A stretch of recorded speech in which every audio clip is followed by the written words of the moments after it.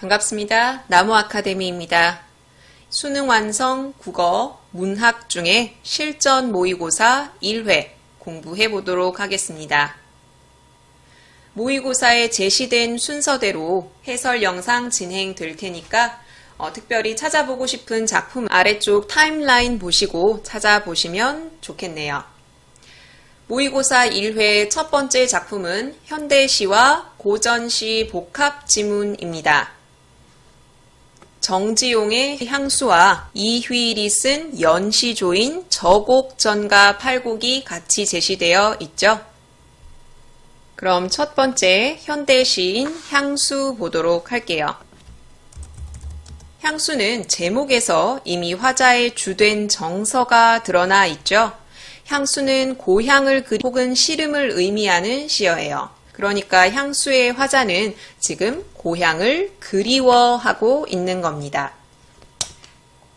이 시의 화자와 주된 정서가 동일한 것은 이렇게 문제를 제시하고 다른 시를 들 수 있으니까 그리움이 드러나는 시를 찾으실 수 있어야 합니다. 그리움이 드러나는 시가 여러 개라면 그것이 임에 대한 그리움인지 아니면 고향에 대한 그리움인지 여기까지 들어가야겠죠. 항상 같이 제시되는 다른 선지도 꼼꼼하게 검토하고 답을 찾으셔야 합니다. 자, 1년 보도록 할게요.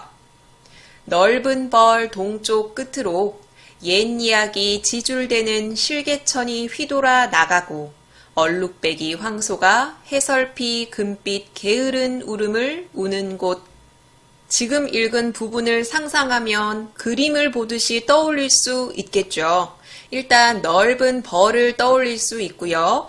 거기에 실개천이 하나 흐르는 모습을 떠올릴 수 있죠. 그런데 이 실개천이 옛 이야기를 지줄댄다고 말하고 있어요. 사람이 아닌 실개천을 사람처럼 표현하고 있죠. 자기들끼리 조잘조잘 되면서 개천이 흐른다고 표현하는 거죠. 의인법이 사용되었습니다. 그리고 해설피라는 말은 약하게 라는 뜻이거든요. 뭐 하고 약하게 우는데 그 울음이 금빛이라고 말하고 있습니다. 소의 울음은 청각인데 그 청각적인 이미지를 시각적으로 전이해서 표현한 공감각적 심상, 감각의 전이가 쓰이고 있습니다. 청각을 시각화하고 있죠. 방금 읽은 부분에서 알 수 있는 것처럼 이 시는 감각적인 이미지를 많이 활용하고 있어요. 그 중에 첫 번째 연에서는 시각적 이미지, 공감각적 이미지를 활용해서 평화로운 고향의 풍경을 묘사하고 있습니다. 그리고 끝에 이것이 달려있죠. 그곳이 차마 꿈엔들 이칠리야. 서리적인 표현 방법을 사용하고 있고요. 그곳은 차마 꿈에도 잊을 수 없습니다. 라는 걸 강조하고 있죠. 그리고 이 후렴구는 각 연의 마지막에 붙어 있어요. 일단 반복을 하니까 당연히 운율이 형성되고요. 이 후렴구를 기준으로 연이 바뀌거든요. 그래서 연을 나누는 기능이 있습니다. 그리고 연의 끝이라는 똑같은 위치에 똑같은 구절이 들어가 있으니까 형식적인 통일성을 줄 수 있고요. 내용상으로 보면은 그곳을 꿈에서도 잊을 수 없어요 라는 말을 반복하고 있죠. 화자의 정서인 그리움을 심화시켜서 고향에 대한 애착을 부각한다 라고 할 수 있습니다. 후렴구의 효과 숙지하셔야 합니다. 그럼 후렴구에 관해서는 따로 언급하지 않을게요. 두 번째 연, 질화로에 재가 식어지면 질화로에 숯을 담아서 난로처럼 쓰고 있는 거죠. 겨울이라는 걸 알 수 있거든요. 빈 밭에 밤바람 소리 말을 달리고 지금 밤바람 소리가 화자의 귀에 들리는 듯한데 그 밤바람 소리 이건 청각적인 이미지죠. 그런데 그게 말을 달린다 라고 표현하고 있어요. 청각적인 이미지를 시각화해서 표현하고 있기 때문에 공감각적 표현이 쓰였다고 볼 수 있죠. 겨울이고 밖에는 밤바람 소리가 세게 들려요. 그런데 거기에 엷은 졸음에 겨우신 늙으신 아버지가 지금 졸음이 와요. 그래서 집베개를 돋아 고이시는 곳, 그곳이 꿈에서 잊을 수 없다라고 말하고 있습니다. 집베개를 돋아 고였다. 지금 이 공간적인 배경이 농촌이죠. 농촌에서 겨울에 할 일이 뭐가 있을까요? 바로 지푸라기를 꼬아서 새끼를 만드는 거죠. 그렇게 아버지는 일을 하셨을 거예요. 그러다가 밤이 되고 졸리니까 아마 짚을 모아서 그것을 베개 삼아 주무시지 않았을까라고 짐작할 수 있죠. 자, 이런 아버지의 모습이 화자는 너무 그립습니다. 다음 3년, 흙에서 자란 내 마음, 파란 하늘빛이 그리워 함부로 쏜 화살을 찾으려 풀섭 이슬에 함추름 휘적 실은 곳, 그곳이 화자는 흙에서 자랐어요. 이 고향에서 자랐는데 그 고향에서 파란 하늘빛이 그리워서 화살을 찾으러 막 돌아다녔고 그러다가 보니까 풀섭에 맺힌 이슬에 바지가 적셔졌다라고 말하고 있어요. 이 파란 하늘빛은 어린 시절에 화자가 꾸었던 꿈, 희망, 막연한 동경 이렇게 해석할 수 있고요. 이런 동경과 희망을 가지고 쫓았던 것, 그것이 함부로 쏜 화살이죠. 이것도 역시 화자가 품었 꿈, 희망, 동경으로 해석할 수 있습니다. 그리고 파란이 아니라 파란하고 느렸죠. 시적 허용이 사용되었고 운율감을 부여하고 있습니다. 3년에서는 꿈만 턴 어린 시절을 그리워하고 있어요. 사연, 전설 바다에 춤추는 밤물결 같은 검은 귀민머리 날리는 어린 누이와, 자, 어린 누이가 그립다고 말하고 있는데 그 누이를 떠올리면 검은 귀민머리가 생각이 나요. 귀민머리는 귀 뒤로 넘겨서 따은 머리인데 그 머리가 까맣겠죠. 그 까만 머리를 떠올리니까 밤물결 같아요. 이 밤물결도 그냥 밤물결이 아니라 전설 바다에 춤추는 밤물결 같습니다. 이 밤물결의 원관념은 바로 검은 귀민머리고요. 검은 귀민머리를 갖고 있는 건 어린 누이. 화자는 어린 누이가 그리워요. 또 하나 그리워하는 대상이 바로 자기 아내거든요. 아무렇지도 않고 예쁠 것도 없어요. 평범합니다. 사철 발벗은 아내가 따가운 햇살을 등에 지고 이삭 줍던 곳, 그것이 그립다. 평범한 아내는 따가운 햇살을 등에 지고 이삭 줍기, 노동을 하고 있죠. 이 노동 자체에 집중을 하기보다는 그런 모습의 아내가 그립다라는 데 집중을 하시는 것이 좋아요. 사연에서는 어린 누이와 아내를 그리워하고 있습니다. 따가운 햇살, 여기에 촉각적 이미지 쓰였고요. 따로 언급을 하지 않아도 검은 귀민머리 이런 것들은 당연히 시각적 이미지가 쓰인 거고요. 그리고 귀민머리를 밤물결 같다라고 표현했죠. 직유법이 사용되었어요. 그리고 물결이 춤춘다, 화류법이 사용되었고요. 이 춤추는 밤물결, 역동적인 이미지로 해석할 수 있습니다. 자, 마지막 연, 5연 볼게요. 하늘에는 성근 별이 떠 있고요. 알 수도 없는 모래성으로 발을 옮기고, 별이 모래성으로 발을 옮겨요. 별이 이동했다는 뜻이죠. 별이 이동한다는 건 시간이 흘렀다는 거예요. 밤이 깊어지고 라고 표현해도 될 텐데 그거를 별이 모래성으로 발을 옮겼다 라고 신비롭게 표현하고 있습니다. 우울한 분위기 아닙니다. 서리 까마귀 우지짓고 지나가는 초라한 지붕. 까마귀가 울고 지나가는데 지붕이 초라해요. 화자가 생각한 고향은 풍족하진 않아요. 그렇지만 흐릿한 불빛에 돌아앉아 도란도란거리는 곳, 그곳이 그립다. 가난하지만 다정했던 모습이 드러나죠. 그리고 까마귀가 우지짓는다, 도란도란거린다, 청각적인 이미지가 쓰였습니다. 물론 흐릿한 불빛, 초라한 지붕 이런 모습에도 시각적인 이미지가 쓰였다고 볼 수 있죠. 자, 화자는 이렇게 가난하지만 정겨웠던 옛날이 그리워요. 향수라는 시는 전체적으로 고향의 정경을 드러내고 있는데 서사적으로 이어지고 있는 것은 아니고 하나하나 끊어서 병렬적으로 제시하고 있죠. 전체적인 고향의 모습, 그리운 아버지, 어린 시절 자기, 어린 누이와 아내, 그리고 가난하지만 정겨웠던 고향 집. 이렇게 그리운 대상, 그리운 전경을 병렬적으로 제시하고 있다는 것.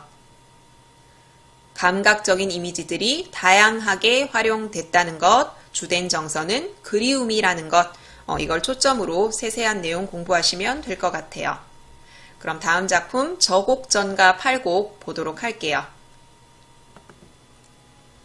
저곡전가 팔곡은 총 8수의 연시조입니다. 첫 번째 수에서 풍년을 바라는 사대부로서의 바람을 제시하고 있고요.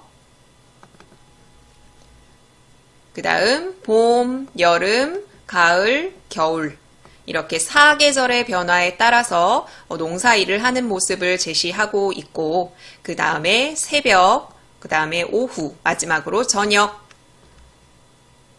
이렇게 세 수에 걸쳐서 시간의 흐름에 따라 하루 일과에 따라 농사일을 하는 모습을 보여주고 있어요.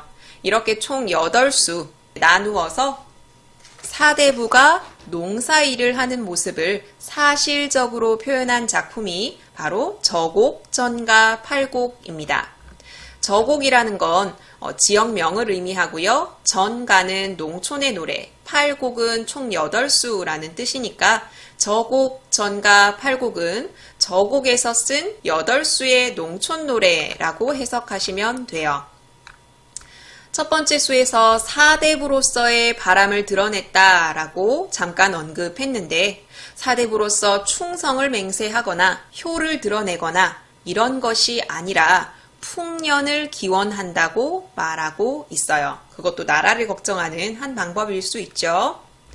첫 번째 수 원풍, 풍년을 바란다 라는 뜻입니다. 볼게요. 세상에 바린 몸이 견무에 늙어가니 자기를 세상이 버린 몸이라고 이야기를 합니다. 정계에서 물러났다는 의미겠죠. 견무에서 늙어가요. 견무는 논밭의 일항이라는 뜻인데 여기서는 시골이라고 해석하시면 돼요. 견무는 화자가 현재 어디에 살고 있는지를 드러내죠. 밭견일 내 뭐라고 하나일 무사일고 아우 난 바깥일은 모르겠다 하는 일이 무엇인고 라고 말하고 있어요. 여기서의 바깥일은 견무에서의 일과 반대되는 속세의 일을 가리키겠죠. 뒤에 네 번째 수에 나오는 천사만종과 같은 의미입니다. 이 중에 우국성심은 연풍을 원하노라. 이 중에 그래도 나라를 걱정하는 마음을 갖고 있는데 바로 그 마음은 풍년을 바라는 것이다 라는 거예요. 화자는 풍년을 바란다. 그것이 나라를 걱정하는 마음이다 라고 말하고 있습니다. 화자의 공간적 위치 드러나고요. 중간에 서리법 쓰였습니다. 종장에는 영탄법으로 마무리하고 있죠. 두 번째 수 보도록 할게요. 두 번째 수부터 나오는 이 노란색 표시는 계절의 변화를 알 수 있는 소재예요. 수능 완성 교재에서는 겨울 부분이 생략되어 있어서 봄, 여름, 가을까지만 나와 있습니다. 두 번째 수, 춘, 봄 보도록 할게요. 농인이 와 이로되 봄 왔네 밭에 가세. 농사 짓는 사람이 나한테 와서 봄이 왔으니 밭으로 갑시다. 이 방금 큰 따옴표를 친 부분은 농인의 말을 인용한 부분이라고 볼 수 있죠. 표현법을 묻는 문제에 활용될 수 있으니까 염두에 두십시오. 자, 이웃이 와서 이렇게 얘기했어요. 나 이제 농사 지으러 가야 합니다. 앞집에 쇼보 잡고 뒷집에 따보 내네. 앞집에서 쟁기를 빌리고요. 뒷집에서 따보를 빌려요. 소보, 따보, 농기구죠. 향토적인 소재를 활용하고 있습니다. 향토적인 소재를 활용한다는 건 정지용의 시 향수와의 공통점이에요. 향수에서도 실개천, 황소, 집벽에 같은 향토적인 소재를 사용하고 있거든요. 두어라 내 집부터 하랴. 남하니 더욱 좋다. 내 집의 농사부터 짓겠느냐. 남의 농사를 도와주니까 더욱 좋다. 남부터 먼저 도와주니까 좋다. 요즘이야 기계가 발달을 해서 한 사람이 큰 농지를 경작하는데 문제가 없지만 옛날에 농사는 일손을 모아야만 지을 수 있는 형태의 노동이었죠. 상부상조하는 배려하는 모습이 드러나 있습니다.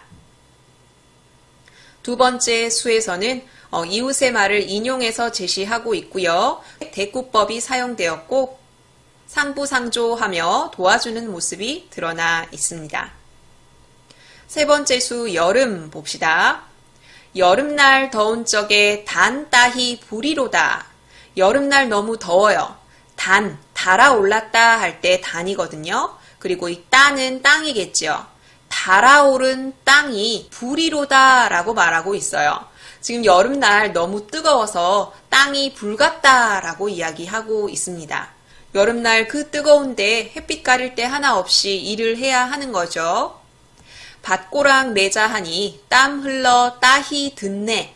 밭고랑을 매려고 하는데 땀이 흘러서 땅에 듣다라는 말 고전시가에 자주 나오죠. 떨어지다라는 뜻인데 땀이 흘러서 땅에 떨어진다. 땀이 후둑후둑 떨어지는 모습이에요. 고된 노동의 모습이 드러나죠. 어사와 닙닙신고를 어느 분이 아르실고, 닙닙신고는 곡식 하나하나에 깃든 농부의 수고로움. 이것을 어느 분이 알겠는가 있어요. 감탄사 영탄법 쓰였고요. 서리법 역시 쓰였습니다. 세 번째 수에서는 농사의 고됨을 설명하고 있어요. 다른 수와 비교해 봤을 때 이런 농사일의 고됨으로 너무 괴롭다, 지친다, 이런 노동의 결과 값진 걸 수확한다. 이런 과정의 하나로 보는 것이 좋겠죠. 네 번째 수 추입니다. 가을이죠. 가을에 곡식 보니 교흠도 교흘세고 가을에 곡식을 수확했는데 아주 좋습니다. 내 힘에 니룬 것이 먹어도 맛이로다. 내 손으로 지은 거잖아요. 그래서 먹어도 더 맛있어요. 이 밭기 천사만종을 불어무슴하리오. 이 밖에 수많은 일들, 천사만종은 높은 벼슬아치라고 해석이 되는데 농사일 그 이외의 것이라고 생각하시면 돼요. 첫 번째 수에서 배웠던 밭견일과 같은 소재겠죠. 천사만종. 이것을 부러워 무엇하겠는가? 난 부럽지 않다라고 말하고 있어요. 서리법 사용되었고요. 중장에 영탄법 사용되었습니다. 자, 네 번째 수까지 했고요. 다섯 번째 수가 생략되어 있는데 겨울에 관련된 수거든요. 그 다음에 여섯 번째 수, 일곱 번째 수, 여덟 번째 수는 하루 일과에 따라 진행되고 있는데 새벽, 오후, 저녁 이렇게 나뉘고 있어요. 그 중에 교재에서는 오후를 뜻하는 일곱 번째 수가 생략되어 있습니다. 여기 초록색 부분은 하루 일과 시간을 알 수 있는 부분이에요. 새배빛 나자나서 백설이 소래한다. 새벽빛이 났어요. 동이 트자마자 나섰는데 백설이 노래를 하고 있습니다. 백개의 혀라는 말인데 여기서 집바귀라는 새라고 해석하시면 돼요. 새벽 일찍 뭐하러 나가는지 짐작되시죠? 읽어라 아해들아 밭 보러 가자스라. 일어나라 아이들아 밭 보러 가자. 아이들을 일어나게 함으로써 밭을 보러 가자라고 청유하고 있습니다. 밤사이 이슬 기운에 얼마나 길었난고 하노라. 밤사이에 이슬이 내렸을 거고 그 이슬을 먹고 농작물이 자랐겠죠. 그 얼마나 자랐을까 하는 기대감이 드러나 있어요. 청각적인 이미지를 활용하고 있고요. 중장에서는 명령형, 청유형 표현을 모두 사용하고 있고 종장에서는 농작물의 생장에 관해서 기대감이 드러납니다. 하루 일과 중 새벽의 일을 이야기하고 있어요. 오후의 일과는 생략이 되어 있고요. 마지막 여덟 번째 수 저녁입니다. 서산에 해지고 풀 끝에 이슬 난다. 해가 지고 있어요. 저녁이죠. 집에 돌아가야 됩니다. 호미를 둘러매고 달 뒤어 가자스라. 호미, 열심히 일했다는 걸 알 수 있죠. 이걸 둘러매고 달빛 받으면서 돌아오자. 이 중에 즐거운 뜻을 닐러 무슴하리오. 지금 보람찬 하루를 마치고 돌아가는 것 같죠? 즐거운 뜻이라는 것에 화자의 정서가 드러납니다. 현재의 삶에 아주 만족하고 있죠. 이렇게 하루 일과를 마치고 들어가는 화자의 모습 제시하고 있습니다. 저곡전가 팔곡의 가장 두드러진 특징은 계절의 흐름, 시간의 흐름에 따라 시상을 전개하고 있다는 것, 그리고 감각적인 이미지가 많이 쓰였다는 것, 표현법은 기본적으로 파악하고 있으셔야 되고요. 자연을 단순한 완상의 대상이 아니라 직접적인 노동의 현장으로 대하고 있다는데 특징을 갖고 있어요. 그러면 향수와 저곡, 전가, 팔곡 문제 풀어봅시다. 문제 중에 1번 풀어보려고 합니다. 가와 나에 대한 설명으로 적절하지 않은 걸 찾으셔야 해요. 정지 버튼 누르시고 답 찾아보세요. 같이 봅시다. 1번. 가와 나는 모두 향토적 소재를 사용하여 표현하고 있다. 향토적 소재라는 건 고향이나 시골의 정취를 담고 있다라는 거죠. 가에서는 실개천, 황소, 여기 집벽에 질화로 아주 많죠. 그리고 나에서도 쓰이고 있죠. 쇼보, 따보, 밭고랑 이런 것들이 있습니다. 그래서 둘 다 향토적 소재를 활용하여 표현한 것 맞고요. 2번, 가와 나는 모두 감각적 이미지를 통해 노동의 고됨을 드러내고 있다. 감각적 이미지보다 노동의 고됨을 먼저 찾고 감각적인 이미지를 활용하는 게 좋겠죠. 향수에서는 노동의 고됨이 여기 사연에 드러나죠. 아무렇지도 않고 예쁠 것이 없는 사철 발벗은 아내가 따가운 햇살을 등에 지고 이삭 춥던 곳, 따가운 햇살, 촉각적인 이미지 쓰였거든요. 나에서 노동의 고됨을 이야기하는 부분은 바로 제3수죠. 제3수에서는 땀이 흘러서 땅에 떨어지는 모습, 시각적 이미지를 활용하고 있습니다. 그래서 가와 나 모두 감각적인 이미지를 통해 노동의 고됨을 드러내고 있죠. 3번, 가는 나와 달리 동일한 식구를 반복하여 화자의 정서를 심화시키고 있다. 동일한 식구 반복 딱 보이죠? 여기 후렴구의 반복을 통해서 화자의 정서를 심화시킬 수 있죠. 4번, 나는 가와 달리 청각적 이미지를 활용하여 시적 상황을 드러내고 있다. 나의 청각적인 이미지 여기 드러나죠. 백설이 소리한다. 집박이가 짖는 모습. 그리고 이거는 시적 상황을 드러내는 거 맞고요. 그럼 가와 달리라는 장면이 맞는지만 확인하면 되죠. 가의 청각적인 이미지 쓰였죠. 소가 금빛 게으른 울음을 운다고도 했고요. 밤바람 소리라는 청각적인 이미지도 있어요. 그래서 4번은 여기 가와 달리라는 부분이 적절하지 않기 때문에 4번이 정답입니다. 5번, 가와 나는 모두 의문형 표현을 활용하여 화자의 정서를 강조하고 있다.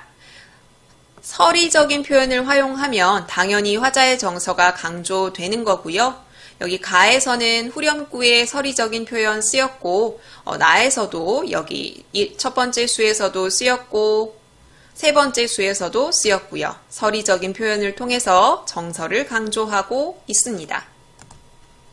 향수와 저곡, 전가, 팔곡 복합 문제 한 문제 풀어놨는데 복합 문제 말고도 각 작품에 대한 단독 문제도 제시되어 있으니까 공부하신 후에 문제 풀어보시면 좋겠네요.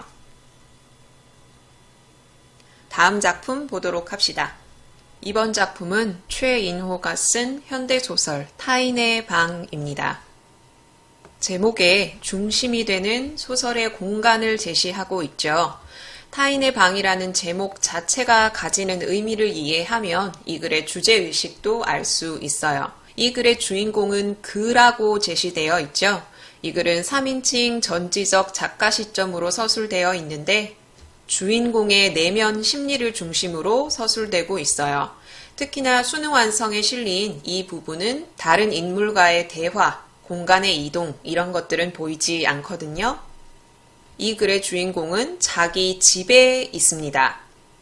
여기서는 드러나지 않는데 아파트라는 공간에 살고 있거든요. 이 글의 작가는 주인공의 집을 타인의 방이라고 제시하고 있는 거예요. 자기 집인데 타인이라고 제시했고요. 집인데 방이라고 표현을 했어요. 이 글의 주인공은 자기 집에 들어왔는데도 그 집을 낯설게 여기고 있어요. 자기 집임에도 불구하고 자기가 아닌 다른 사람이 있다고 생각을 하고 누구요? 라고 묻고 있죠. 그리고 자기 집에 익숙한 이 사물들이 갑자기 살아나서 움직이기 시작합니다. 자기 집 같지 않은 거예요. 타인의 집 같습니다. 그리고 집이라는 말과 방이라는 말은 어떤 차이가 있죠? 집은 여럿이 활동하는 공간이라는 느낌을 줘요. 홀로 있지 않은 공간이죠. 그런데 방은 어떻죠? 집에 있는 가족 구성원이 개별로 뿔뿔이 흩어져 돌아가는 공간이에요. 좀 더 폐쇄적이고 개인적이죠. 소통이 이루어지는 공간이라고 보기는 힘들어요. 그러니까 자기 집을 타인의 방으로 표현한 이유는 현대인이 갖고 있는 고독감, 소외감 이런 것들을 부각하기 위해서라고 볼 수 있습니다. 제목의 의미 확실히 기억하시길 바랄게요. 그러면 지문 한번 살펴볼게요. 전체 소설 중에 일부가 실려 있고요. 여기 실린 내용 이외에 이 글의 주인공이 아파트에서 이웃 사람을 마주치는 장면이라든지 아니면 주인공의 아내가 써놓은 쪽지 내용이라든지 그런 내용이 자주 출제가 되는데 여기는 그 부분이 생략되어 있어요. 누구요? 라는 주인공의 대사 앞부분에는 어떤 내용이 제시되냐면 이 글의 주인공은 지금 아파트에 살고 있어요. 이 글은 1970년대에 쓰인 글인데 지금도 그렇겠지만 그 당시의 아파트는 개인 간의 소외, 단절이 일어나는 공간이다. 이런 인식이 강했어요. 이 글의 주인공은 출장을 마치고 집으로 돌아오는데 이웃을 마주칩니다. 이 이웃은 주인공이 그 아파트에 살고 있는지를 의심해요.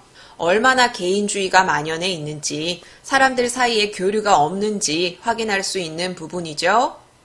이런 반응에 주인공은 불쾌해하면서 집으로 들어옵니다. 집에 들어왔는데 아내가 없어요. 쪽지를 남겨놓고 어딘가로 나갔죠. 쪽지의 내용을 보니까 뭔가 이상합니다. 그러니까 주인공이 돌아온 날짜가 20일이라고 보면 주인공은 하루 앞당겨서 집에 도착했거든요. 그런데 편지는 20일을 가정하고 쓰여 있어요. 지금은 19일인데 아내는 주인공을 속이고 나간 것 같죠. 마치 20일에 나간 것처럼 쓰여 있지만 오늘은 19일이고 그렇다면 아내는 자기가 출장을 나간 직후부터 나가 있었을 수도 있다. 주인공은 그렇게 의심을 합니다. 의심을 하면서 아내와도 거리감을 느끼고 더욱 고독감을 느끼게 되죠. 이 자기밖에 없는 이 집에서 발자국 소리를 듣고 분명히 잠그고 나온 샤워기에서 물소리가 들리고 그리고 자기가 지피지도 않은 골로에 불이 붙어 있고 자기가 피지도 않은 담배에 불이 붙어 있는 걸 확인합니다. 그리고 묻는 거죠. 누구요? 자기 집인데도 타인을 찾고 있어요. 제목과도 관련이 있죠? 그는 조심스럽게 소리를 지른다. 그런데 그의 목소리는 진폭이 짧게 차단된다. 누구요? 라고 내 집에서 내 목소리를 냈는데 내 목소리가 누군가에 의해 차단된다고 느낀 거예요. 지금부터 벌어지는 모든 일은 주인공인 그가 느끼는 현상을 그대로 전달할 뿐이지 실제 있었던 일이라고 보긴 힘들죠. 여기서도 마찬가지로 자기 목소리가 실제 차단되는 것이 아니라 그렇게 느낄 정도로 고독감을 느끼고 있다는 걸 드러내요. 내 목소리도 누군가가 자르는 것 같고 그런 느낌을 받고 있는 거죠. 그래서 그는 갇혀 있음을 의식합니다. 소통할 수 있는 사람이 없어요. 다시 한번 말씀드리지만 이 소설에서 주인공의 심리는 일관되게 외로움, 고독감 이렇게 드러나요. 이 글의 주인공이 갖고 있는 주된 심리, 정서가 드러나는 작품을 골라라 하면 고독, 외로움, 고립감 이런 걸 떠올리시면 됩니다. 자, 갇혀 있음을 의식한 후에 그는 벽 사이의 눈을 의식합니다. 벽 사이에 뭐가 있겠어요? 그런데 그는 이런 외로운 감정에, 고독한 감정에 사로잡혀서 누군가 있다고 느끼는 거예요. 그는 사납게 소파에 누워서 시선에 닿는 가구들을 노려보기 시작합니다. 가구들은 밝은 색조를 띠고 빛나기 시작해요. 그는 스푼을 집요하게 젓습니다. 설탕물은 이미 당분을 포함하고 뜨겁게 달아있으나 설탕은 포화 상태를 넘어 아직 풀리지 않고 있다. 설탕을 녹이려고 지금 스푼을 좀 신경질적으로 젓고 있는 거예요. 그래도 그는 계속 스푼을 젓는다. 갑자기 그는 그의 손에 쥐어진 손잡이가 긴 스푼이 여느 스푼이 아님을 느낀다. 여기서부터 환상적인 분위기가 드러나기 시작하는데 이 글은 초현실주의 기법을 활용한 소설이거든요. 다시 말씀드리지만 실제 일이라기보다는 고독감에 시달린 주인공인 그가 보이는 정신적인 병리 현상이다 라고 생각하시면 됩니다. 착각이에요. 자, 스푼이 그의 의식의 녹을 벗기고 눈에 보이는 상태 밖에서 수면을 향해 비상하는 비늘 번뜩이는 물고기처럼 튀어오르는 것을 보았다. 스푼이 물고기로 보이고 있습니다. 스푼을 힘껏 쥐었어요. 그러자 스푼은 살아있는 생선을 만질 때 느끼는 생명감, 그리고 안간 힘의 요동, 이런 느낌이 들고 있어요. 생선을 쥐고 있는 것 같은 거예요. 그리고 스푼이 손가락 사이를 민첩하게 빠져나갑니다. 사물이 활성화되는 걸 느껴요. 그는 잠시 놀란 나머지 입을 벌린 채 스푼이 중력 없이 둥둥 떠서 흐르는 것을 보았다. 지금 그의 내면 의식이 정상이 아닌 거예요. 그는 온 방 안의 물건을 자세히 보리라고 다짐하고 눈을 부릅뜬다. 자기도 이상한 거죠. 자기 상태가 지금 사물이 내가 보이는 게 이게 맞나? 하고 보고 있는 거예요. 그런데 그의 의식이 닿는 물건마다 일제히 흔들거리면서 흥을 돋우기 시작하는 것이었다. 스푼뿐만이 아니라 그가 바라보고 있는 모든 것들이 시작합니다. 주인공인 그는 자기 집에 있는 사물들을 낯설게 느끼기 시작해요. 왜냐? 이 집이 자기 집 같지 않기 때문에. 왜 자기 집 같지 않죠? 고독감을 느끼기 때문입니다. 자, 그는 비틀거리면서 일어나 거실에 스위치를 넣으려고 걷는다. 이 글에서 스위치는 매우 중요한 기능을 하고 있죠. 자, 스위치를 넣는다, 불을 켠다는 의미거든요. 이쯤에서 스위치의 기능 한번 보도록 합시다. 스위치는 방의 불을 끄고 켜는 역할을 하기 때문에 밝음, 어둠이 대비되는 분위기를 만드는 장치입니다. 그리고 스위치를 내릴 때, 그러니까 방의 불이 꺼질 때 사물들이 움직이는 것을 느끼거든요. 스위치는 주인공이 사물들의 활성화 상태를 지각하게 되는 장치예요. 세 번째, 뒷부분에 보면은 주인공인 그 자체도 사물로 변하게 되죠. 이것을 느끼고 주인공은 불을 켜려고 해요. 스위치를 넣으려고 하거든요. 그러니까 그가 방에서 탈출하려는 시도를 가능하게 하는 장치로 인식하는 것. 실제로 탈출이 가능한 장치라고 하면 사실이 돼버리잖아요.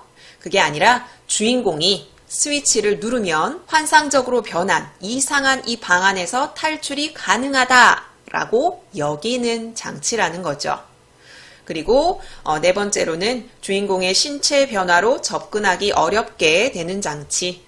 그가 나중에 사물로 변하게 되면서 스위치로 접근할 수 없게 되죠. 어쨌든 그는 스위치를 넣었어요. 불을 켰습니다. 그랬더니 정상으로 돌아와요. 스푼이 담수어처럼 얌전하게 소나기 속에 쥐어있는 것을 발견한다. 스푼이 정상으로 돌아왔죠. 조심스럽게 방 안의 물건들을 조금 전까지 흔들리고 튀어오르고 덜컹이던 물건들을 훑어보기 시작한다. 이상한 거죠. 아까는 분명히 움직였는데. 그래서 그 물건들을 뻔뻔스럽다라고 표현하고 있어요. 그는 또 슬픔을 느낍니다. 비애를 느껴요. 이건 고독감 때문일 수도 있고요. 활성화되었던 사물이 아닌 척하고 다시 있는 것을 자기를 비웃는다고 느꼈기 때문으로 해석할 수도 있습니다. 자, 이렇게 그는 사물들을 확인하면서 얌전하게 사물들이 있는 모습을 의심합니다. 그리고 다시 스위치를 내려요. 불을 껐어요. 암전입니다. 그리고 설탕물을 마시기 시작해요. 그런데 또다시 이상한 일이 시작됩니다. 이제는 소리가 들리기 시작해요. 방 안 구석구석에서 수군거리는 소리가 들려오고요. 그것은 어둠과 어둠이 결탁하고 역적 모의를 하는 것 같아요. 친구여, 우리 같이 얘기합시다. 방 모퉁이 직각의 앵글 속에서 한 놈이 용감하게 말을 걸어옵니다. 그것은 바로 지네같이 생긴 벌레예요. 걔가 말을 걸었다고 느끼는 겁니다. 그뿐만 아니라 옷장의 거울, 화장대의 거울, 얘네들이 교미하는 소리도 들리는 것 같고 이상해요. 그래서 어둠 속에 눈을 부릅떠 봅니다. 확인해 보겠다, 이런 거죠. 그런데 병마저 출렁이죠. 그는 몸을 움직입니다. 그리고 중략됩니다. 중략 부분에는 방금 보신 그런 현상이 반복이 되고 또 주인공인 그가 거울을 보는 장면도 있거든요. 그런데 거울 속에 비치는 자기를 자기 같지 않다고 느끼고 있어요. 타인처럼 인식을 합니다. 그리고 불을 다시 켠 장면이 중략되어 있거든요. 여기 제시된 이 부분은 지금 불이 켜진 부분이에요. 그는 부엌을 답사하였고 그럴 땐 욕실 쪽이 또 의심스러워요. 욕실 쪽을 보면 거실 쪽이 의심스럽죠. 지금 불을 켠 상태에서 다시 사물들을 살펴보고 있다는 걸 알 수 있어요. 그는 손수레처럼 뛰고 또 뛰었다. 그런데 아무런 낌새도 발견해낼 수 없었다. 그리고 그는 생각합니다. 무생물에 놀란다는 건 부끄러운 일이다. 나 지금 왜 이러지? 이런 거죠. 내가 본 건 착각이다. 이렇게 생각하니까 좀 안심이 돼요. 내 착각이구나. 그리고 그것이 착각이라는 생각에 거만하게 걸어가서 다시 스위치를 내립니다. 끈 거죠. 그가 스위치를 내리니까 또다시 움직이게 돼요. 그런데 이번에 사물들의 움직임은 앞전과는 달리 더 활발해집니다. 벽에 도료처럼 붙었던 어둠, 이 도료의 원관념은 어둠이죠. 어둠이 덤벼들고 어둠이 수근거리고 심지어 깔깔거리기까지 합니다. 휴지 조각은 허공을 날고요. 네이는 펄펄 뛰고요. 책상 다리는 흔들흔들 거리고요. 그릇들은 달그락달그락 거리면서 모반을 꾀하기 시작한다. 어둠, 휴지 조각, 네이, 책상, 그릇 모두 일상적인 사물이고 현상이죠. 이런 것들을 낯설게 느끼는 거예요. 그래도 이 정도는 조심스러워요. 그런데 이 사물들이 그들의 대상이 무방비인 것을 알자 더욱 날뛰기 시작합니다. 사물들의 대상은 누구입니까? 바로 그예요. 그가 무방비인 걸 알게 된 사물들이 더욱 날뛴다. 지금 그가 초점이 되고 사물들이 객체가 되어야 하는데 주체와 객체를 바꾸어서 표현하고 있어요. 크레용들은 허공에서 날고요. 옷장 속의 옷들은 춤을 추고요. 혁대는 벨트를 의미하죠. 허리띠는 물뱀처럼 꿈틀이고 얘네들은 다가와서 심지어 그의 얼굴을 건드려 보기도 합니다. 성냥개비가 조심하라고 말을 하고 마른 꽃송이가 춤을 추고 그리고 네이가 들여다 보여요. 벽도 서서히 다가오고요. 트랜지스터가 서서 움직입니다. 역시나 일상적인 사물들, 얘네가 움직이는 모습을 보고 있어요. 지금 짧고 간결한 문장들이 계속 나열되고 있죠. 속도감이 느껴져요. 그의 혼란스러운 의식을 드러내고 있는 거죠. 지금 몽롱한 상태예요, 그는. 낙순물이 신기해서 신을 바쳐들던 어린 때의 기억, 그리고 현재의 상황, 이게 지금 분간이 안 되고 있어요. 이런 기억처럼 그는 자그마한 우산을 펴고 화환처럼 황홀한 그의 우주 속으로 뛰어든 셈이었다. 지금 제정신이 아니에요. 그는 공범자가 되고 싶은 욕망을 느낀다. 자, 공범자. 무엇을 공범자라고 이야기하는 거냐? 이 글의 주인공은 지금 사물들의 움직임을 느끼고 있어요. 사물들이 움직인다. 일상적인 것들을 낯선 것으로 느낀다. 고립감을 느낀다. 외롭다. 라는 거거든요. 그렇잖아도 외로움을 느끼고 고립감을 느끼고 있는데 자기를 제외한 모든 사물들이 움직이는 이 현상을 보고 더욱 소외감을 느끼는 거예요.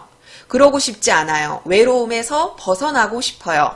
그래서 차라리 자기가 이와 같은 사물이 되어서 이 사물과 공범자가 되고자 합니다. 외로움에서 비롯된 생각이에요. 차라리 나도 그냥 사물이 되자. 그때였다. 그는 서서히 다리 부분이 경직되어 오는 것을 느꼈다. 주인공이 사물이 되어가는 겁니다. 이것은 우연히 느낀 거예요. 의식적으로 나 사물이 되어야지 이렇게 된 게 아니에요. 언제 느꼈냐면 처음에 그는 이 방에서 도망가리라 생각했어요. 그래서 될 수 있는 한 소리 내지 않고 살금살금 움직이리라고 마음먹고 천천히 몸을 움직이려 했을 때 그때 내 다리가 이상하다는 걸 느낀 거예요. 이상하다고 느끼고 손을 내려 다리를 만져보는데 다리가 이미 딱딱하게 굳어 있습니다. 그래서 손에 힘을 주어서라도 기어서라도 스위치 있는 곳으로 가리라고 결심했다. 스위치의 기능 공부할 때 기억나시죠?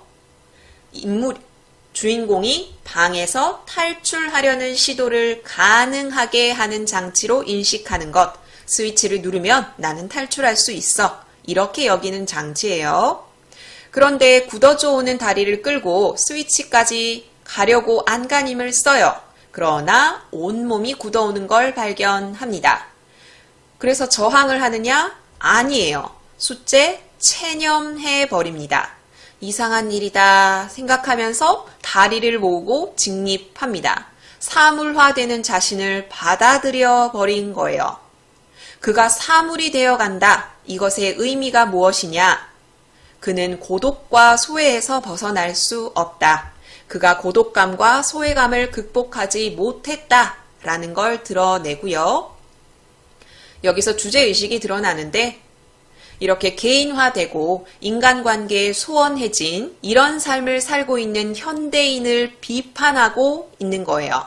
이렇게 그는 사물로 변화하고요. 그는 마치 부활하는 것처럼 보였다 라고 하면서 여기가 마무리되고 있습니다. 이 글의 뒷부분이 결말인데 그 뒷부분도 시험에 자주 출제되는 부분이라서 지문을 통해서 그 부분 잠깐 보도록 할게요. 여기 뒤에 실린 문제 부분이거든요. 그는 마치 부활하는 것처럼 보였다 보이시죠? 그 뒷부분 보도록 할게요. 다음 날 오후 한 여인이 이 방에 들어왔다. 한 여인은 바로 주인공의 아내를 의미하겠죠. 자, 누군가 침입한 흔적을 발견해서 경찰을 부를까 하지만 없어진 게 없는 것 같아서 안심을 합니다.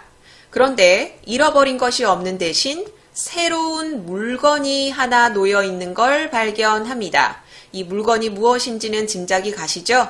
바로 사물로 변한 주인공이에요. 그 물건은 그녀가 좋아했던 것, 부부잖아요. 그죠? 그래서 며칠 동안은 면지도 털고 키스도 하고 아꼈는데 나중에는 별 소용이 없는 물건임을 깨닫고 실증이 나서 그 물건을 다락 잡동사니 속에 쳐넣어 버립니다. 그리고 그 방을 떠나기로 작정을 하고 앞에서 썼던 메모를 똑같이 쓰고 나가버리는 거죠. 자, 이 결말 어때요? 그가 사물화되어서 아내와 인간관계를 회복하는 것이 아니라 사물화되어서 제시된 새로운 물건으로서의 그도 버림받고 있어요. 그러니까 앞에서 부활이라고 얘기는 했지만 그 부활이 긍정적인 의미가 아니라 부정적인 의미를 갖게 되는 거죠. 이렇게 이 글은 현대인이 갖고 있는 고독감, 소외의식 이것에 대해 비판적인 태도를 취하고 있고요. 그것을 초현실주의 기법을 사용해서 환상적인 내용을 사용해서 표현하고 있습니다. 그러면 타인의 방 문제 풀어볼게요. 기본적인 1번 풀어보려고 합니다. 수능 완성 사용설명서 반영 문제예요. 윗글에 대한 설명으로 적절하지 않은 걸 찾으셔야 합니다. 정지 버튼 누르시고 답 찾아보세요. 같이 봅시다. 1번 공간의 분위기를 명암에 의해 대비적으로 표현하고 있다. 스위치를 끄고 켜는 것에 따라 명암이 대조되고 있죠. 그것에 따라 공간의 분위기가 현실적으로, 환상적으로 왔다 갔다 하고 있습니다. 2번 명암에 따라서 사물의 활성화와 비활성화의 양상으로 나뉜다. 방이 밝아지면 사물이 비활성화되고 방이 어두워지면 사물이 활성화됐었죠. 3번 그는 어두운 공간에서 사물에 대한 의구심을 떨치려고 노력한다. 사물에 대한 의구심을 떨치려고 이것저것 살펴보는 것. 그것은 방이 밝아졌을 땐가요? 어두워졌을 땐가요? 방이 밝아졌을 때죠. 방이 밝아져야 사물이 비활성화되고 그래야 주인공이 지금 얘가 정상인가 하고 확인할 수 있으니까요. 그래서 어두운 공간에서 라는 설명은 틀렸죠. 정답은 3번입니다. 4번 어두운 방 안은 사물이 활성화되는 환상적인 공간이다. 방이 어두워졌을 때 사물이 활성화됐었죠. 5번 그가 사물로 변화하는 모습을 통해 사물화되어가는 현대인에 대한 비판적인 의식이 드러난다. 사물화되어가는 현대인, 인간 소외 현상에 문제의식을 가지지 않고 그저 그것에 순응해서 사는 이런 모습을 주인공이 드러내고 있고요. 이에 대한 비판적인 의식을 드러내고 있는 게 바로 이 소설입니다. 하나 더 풀어볼게요. 자, 이번엔 13번 문제 갖고 왔어요. 서술상 특징으로 가장 적절한 걸 찾으셔야 합니다. 정지 버튼 누르시고 답 찾아보세요. 같이 봅시다. 1번 인물의 내면 심리에 초점을 두고 이야기가 전개되고 있다. 이 글의 주인공인 그의 내면 심리를 초점으로 이야기를 전개하고 있죠. 13번의 답은 1번입니다. 2번 공간의 이동에 따른 인물의 의식 변화 과정을 드러내고 있다. 인물의 의식 변화가 윗글에서 두드러지지도 않고요. 공간의 이동도 드러나지 않죠. 3번 배경 묘사를 통해 서정적이고 낭만적인 분위기를 조성하고 있다. 지문에서 배경 묘사가 제시된 부분도 없고 서정적이고 낭만적인 분위기가 두드러진 것도 아니죠. 4번 빈번한 시점 교체를 통해 인물들 사이에 긴장감을 부각하고 있다. 이 글은 3인칭 전지적 작가 시점으로 유지되고 있고요. 그리고 인물은 그 하나 나오기 때문에 인물들 사이의 긴장감 역시 드러나지 않습니다. 5번 과거와 현재의 시간을 넘나들며 상황을 입체적으로 전달하고 있다. 과거 상황에 대해서 이야기한 부분이 잠깐 나오죠. 사물들이 막 미친 듯이 활성화되기 시작할 때 그가 몽롱한 정신 속에서 어릴 때의 기억을 잠시 떠올려요. 그런데 이 기억을 통해서 상황을 입체적으로 전달하려는 게 아니죠. 혼란스러운 주인공의 정신 상태를 보여주고 있을 뿐이지 입체감 있게 상황을 전달하기 위해서 과거 기억을 갖고 온 게 아니에요. 그래서 13번에 가장 적절한 것은 1번입니다. 여기까지 실전 모의고사 1의 타인의 방 해설 영상이었고요. 다음 작품 보도록 합시다. 다음 작품은 고전소설 윤지경전입니다. 이 소설은 주인공 윤지경이 부당한 권력에 맞서서 자신의 사랑을 지키려 하는 소설이죠. 원래 애정소설에는 장애가 있기 마련이고 그 장애를 극복하고 사랑을 이룬다 이런 내용은 많은데 윤지경전은 독특하게 여성 주인공이 아닌 남성 주인공이 고난을 겪는다는 점, 그리고 그 고난을 극복하는 과정에서 절대 권력인 임금에게까지 대항한다는 점, 이런 점을 특징으로 꼽을 수 있습니다. 대략적인 윤지경전 내용을 보고 난 뒤에 지문 공부해 보도록 합시다.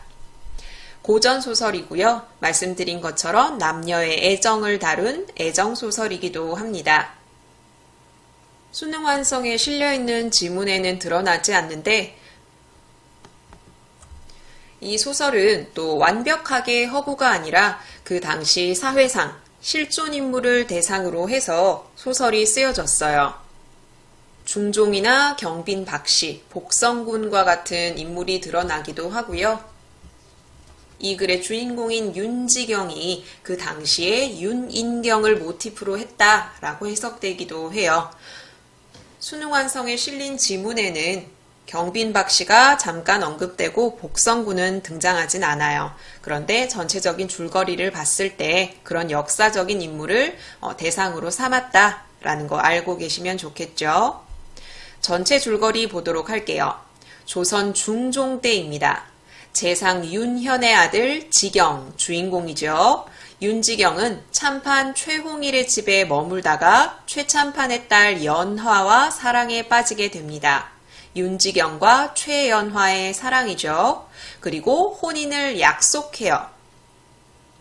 지경이 장원급제를 한 후에 희안군은 지경에게 구혼을 했다가 거절당하였고, 희안군은 임금의 동생이거든요. 절대 권력을 행사하고 있는데 이 희안군이 지경의 마음에 들어서 자기 딸과 혼인해달라 하고 구혼을 했는데 거절을 당하죠. 윤지경은 최연화와 혼인을 약속했으니까요. 그런데 여기에 앙심을 품고 이 희안군이 임금에게 부탁을 합니다. 지경을 연성옹주의 부마로 간택해달라. 그러니까 왕은 들어주겠죠. 그래서 왕이 윤지경에게 연성옹주와 결혼해라 라고 명령을 내립니다. 지경은 왕의 뜻을 거역할 수 없는 옹주와 혼인을 하지만 이 중간 과정이 바로 수능완성에 실린 부분이죠. 임금과 언쟁을 하는 부분입니다. 결혼해라, 결혼할 수 없습니다 라는 부분이죠. 어쨌든 왕의 뜻을 꺾을 수 없었기 때문에 옹주와 혼인을 하지만 윤지경은 옹주를 멀리합니다. 그리고 밤마다 몰래 담을 넘어가서 최연화를 만나죠. 지경과 연화를 갈라놓기 위해 최참판은 어쩔 수 없이 자기 딸이 죽었다며 거짓 장례까지 치르게 됩니다.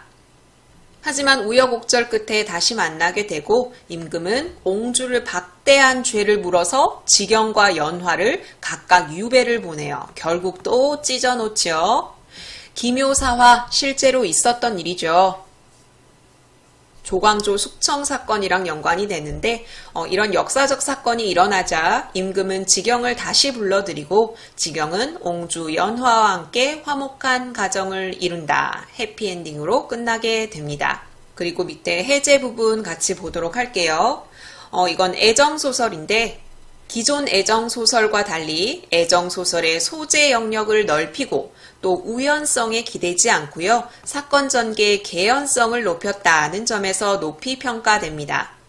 그리고 역사적 사건이랑 허구적인 사실이랑 적절히 혼합해서 제시하고 있고요. 그 와중에 당대의 정치 현실을 비판적으로 드러내는 부분도 있다. 수능 완성에 제시된 부분보다는 다른 부분에 좀 드러나거든요. 혼사장의 모티프가 드러나기는 하지만 독특한 점은 여성 주인공이 고난의 대상이 아니라 남성 주인공이 고난의 대상이라는 점도 특징이에요.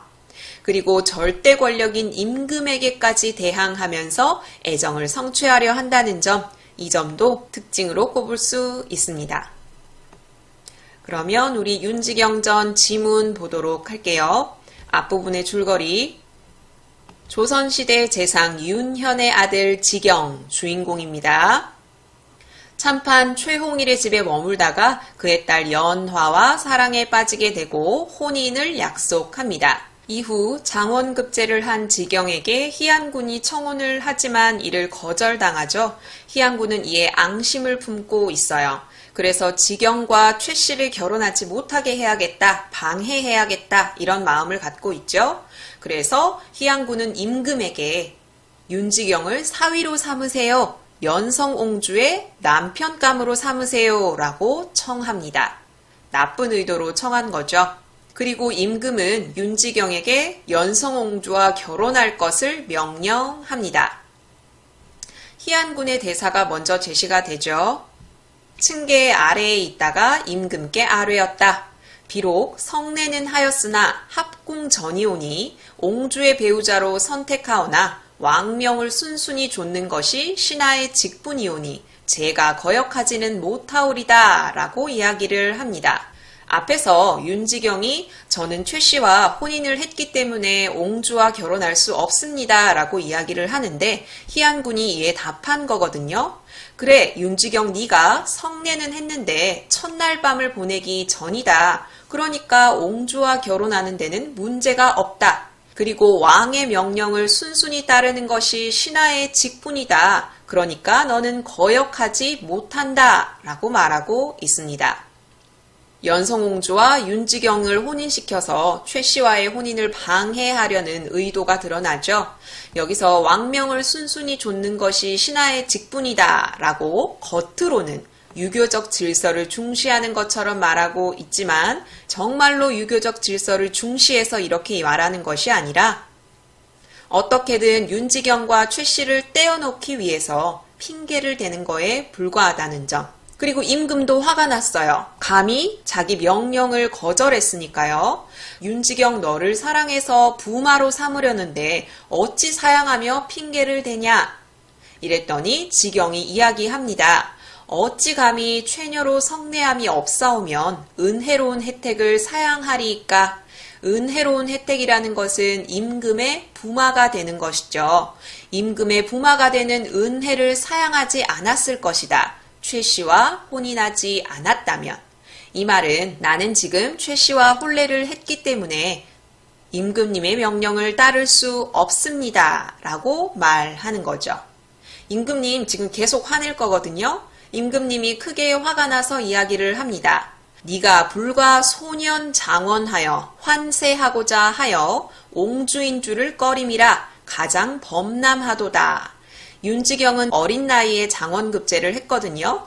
그래서 임금은 지금 윤지경이 이른 나이에 출세를 해서 눈에 보이는 게 없다라고 생각을 해요. 그럼 지경은 변명을 해야겠죠. 어찌 가며 속여서 말씀드리겠습니까? 사람마다 은혜로운 혜택을 원하옵거든 어찌 꺼리오며. 이 은혜로운 혜택은 아까 말씀드렸던 것처럼 임금의 부마가 되는 거예요. 사람마다 부마가 되기를 원하는데 제가 어찌 옹주를 꺼리겠사오며. 저는 옹주를 꺼려서 이러는 것이 아닙니다. 신의 나이가 어리오되 조정신하들이 모였사오니 불러 물으소서. 이게 옳고 그른지 신하들에게 한번 물어보세요 라는 거죠. 임금이 변색하여 가로되 임금은 어떤 근거를 들어서 윤지경을 설득하려 합니다.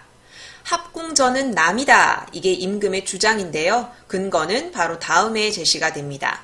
옛 사례가 있으니 성종 때의 경혜공주가 혼례를 하고 첫날 밤 예를 치르지 못하여서 죽으니 파혼하고 부마 위를 거두시니 왕가에도 불행하던 바다.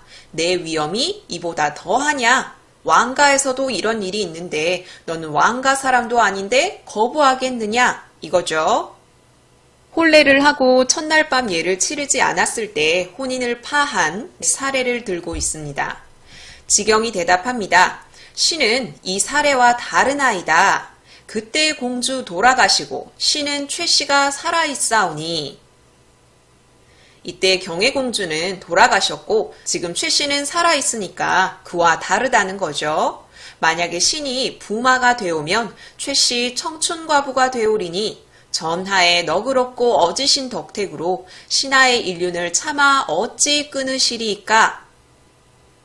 자기가 옹주와 결혼을 하면 지금 살아있는 최 씨는 평생 과부로 살아야 하는데 불쌍하지 않느냐 이거죠.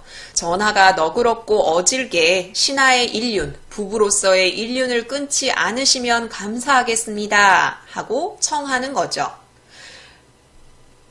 그런데 옆에서 얄밉게 또 희안군이 쏙 들어옵니다. 빙체를 거두고 최녀를 다른 데로 보내면 어찌 홀로 늙으리요. 방금 윤지경이 최 씨가 청춘 과부가 될 것이다 얘기했더니 빙체를 거두면 된다. 그리고 최녀를 다른 남자에게로 시집 보내면 된다 라고 말하고 있죠. 빙체는 혼인 전에 신랑이 신부에게 보내는 예물, 혼인 약속이나 다름없는데 그 혼인 약속을 깨고 최녀를 다른 남자에게로 보내면 된다. 그럼 너 임금의 부마가 될 수 있다 라는 거죠. 지경이 노하여 가로되 화가 나죠. 자기가 당초에 소관에게 구혼하다가 최가의 정한고로 허락하지 아니하였더니 과거 사실을 언급하고 있죠. 자기는 희안군을 말하거든요. 희안군이 당초에 나에게 구혼했다가 나는 최 씨와 결혼하기로 약속했기 때문에 희안군의 청혼을 거절했더니 일로 혐의를 이어 전하께 천거하여 전하께 해를 끼치고 아부한 죄를 면치 못하리로다. 이러한 일로 앙심을 품어서 전하께 나를 부마로 천거 추천을 해서 전하께 해를 미쳤다. 이 고얀 놈 이런 거죠. 신하의 자식이 많거늘 고의한 소인의 간사함을 깨닫지 못하시니 전하의 불명의로소이다.